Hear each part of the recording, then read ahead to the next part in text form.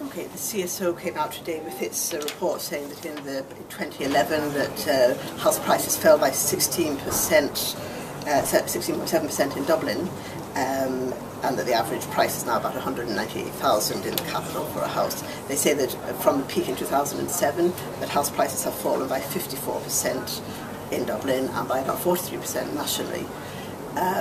However, estate agents came out last week, Douglas Newman Good and Sherry Fitzgerald, saying that house prices had fallen since the peak by an average of 60% nationally and about 64% in Dublin.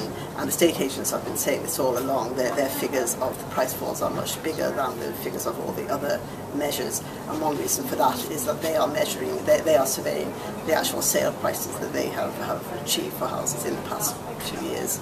Whereas the CSO figures are based on mortgage drawdowns, others are based on asking prices. Saved After My Home were based theirs on asking prices. And you know, I'm inclined to believe the estate agents say that this is how far they've fallen. Now, they've fallen, they are still falling as far as we know, but there are houses, 3 and 4 bed semis in traditional suburban areas, not too far from the city centre, both in Dublin, Galway, Limerick, Cork, are the house prices that are holding their own. It would be foolish to say they've reached bottom, but they certainly have come down a long way, and in some cases agents are doing what you call a silent auction, because they get quite a few bidders for one of these properties, which are now, even first-time buyers are sometimes in a position to buy these houses, which would have been unaffordable a few years ago. The reality is that would-be house buyers are caught in this perfect storm. They can't access credit, and the properties that are for sale are still, they believe, to be too high. So what we're left with is a scenario where the banks aren't lending, because the banks in this country are broken and have no money to lend in many circumstances. So we have had this bizarre scenario develop over the last 12 months, which has seen a huge number of people buying houses with cash.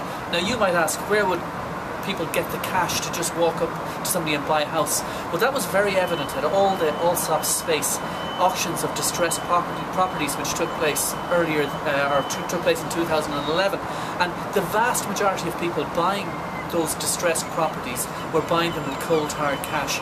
An awful lot of people who would have traded down at the height of the boom did cash in and did make money out of the property boom, and it is those people who are left in the very comfortable position of being able to buy houses without recourse to mortgages.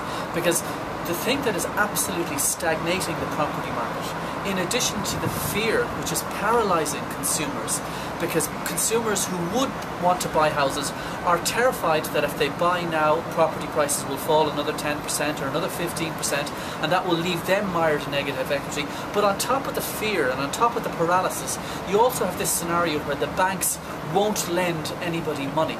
So if you have no access to money, and if you can't find a house that you believe is at the appropriate price for you, you're not going to move. And if people don't move, property prices are going to continue to fall.